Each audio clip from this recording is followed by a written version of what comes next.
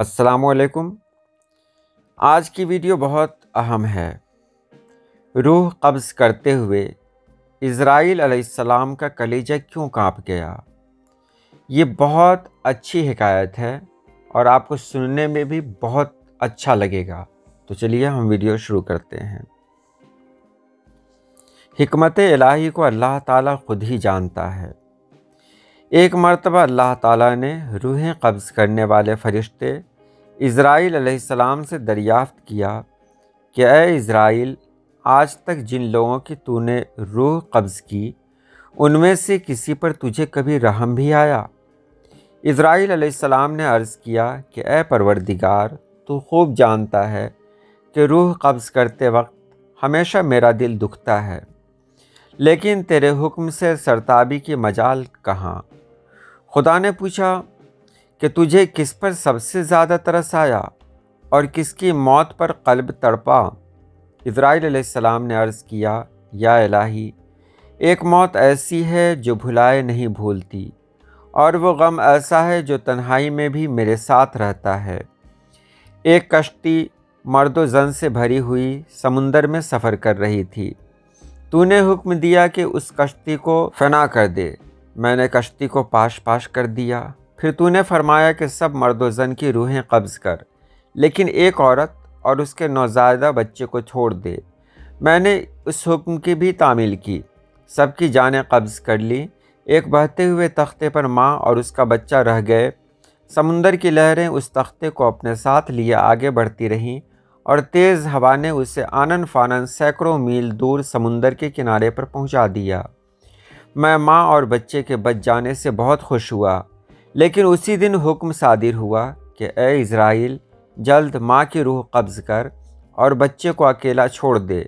اے باری تعالیٰ، تو خوب جانتا ہے کہ یہ حکم پا کر میرا بھی کلیجہ کانپ گیا تھا، اور جب میں نے اس طفل شیرخوار کو اس کی ماں سے الگ کیا تو مجھے کس قدر تکلیف پہنچی تھی۔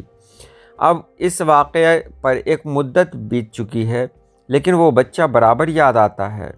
اللہ تعالیٰ نے اسرائیل علیہ السلام کی عرض سن کر فرمایا، کیا تو جانتا ہے کہ وہ بچہ اب کہاں اور کس حال میں ہے؟ اے میرے پروردگار، تجھی کو علم ہے، اسرائیل نے عرض کیا۔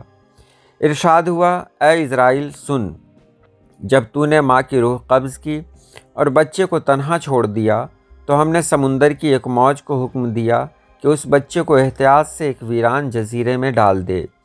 اس جزیرے میں ایک سرسبز اور گھنا جنگل تھا۔ یہاں صاف شفاف میٹھے پانی کے چشمے بہتے تھے اور بے شمار پھلدار درخت تھے۔ اس جزیرے پر ہم نے اپنے فضل و کرم سے محض اس بچے کی خاطر لاکھوں خوش نوا اور حسین پرندے بھیجے۔ وہ ہر وقت چہچہاتے اور نئے سے نیا راگ الاپتے تھے۔ ہم نے چنبیلی کے پھولوں اور پتوں کو حکم دیا کہ اس بچے کا بستر تیار کرو تاکہ وہ اس پر آرام کی نیند سوئے۔ ہم نے اسے ہر خوف و خطر سے محفوظ کر دیا۔ آفتاب کو حکم دیا کہ اپنی تیز دھوپ اس پر نہ ڈال۔ ہوا کو فرما دیا کہ اس پر آہستہ آہستہ چل۔ بادلوں کو حکم دیا کہ اس پر مہ نہ برسا۔ بجلی کو ہدایت کی کہ خبردار اسے اپنی تیزی دکھا کر مت ڈرا۔ انہی دنوں جنگل میں بھیڑیے کے مادہ نے بچے دیے تھے۔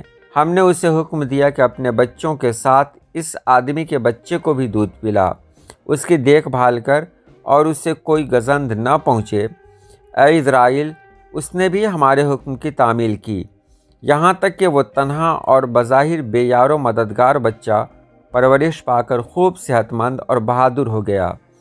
ہم نے اس کے پاؤں میں کبھی کانٹا بھی نہ چبھنے دیا۔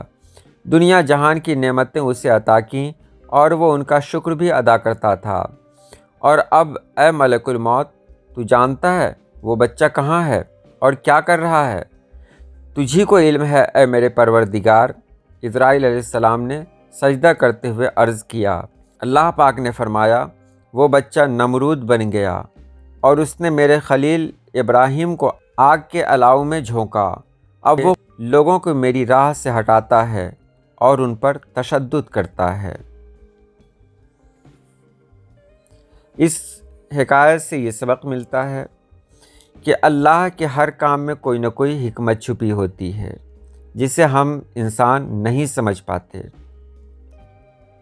ویڈیو کیسی لگی آپ ضرور بتائیں گے تاکہ اس سیریز کی اور ویڈیوز پوسٹ کی جا سکے۔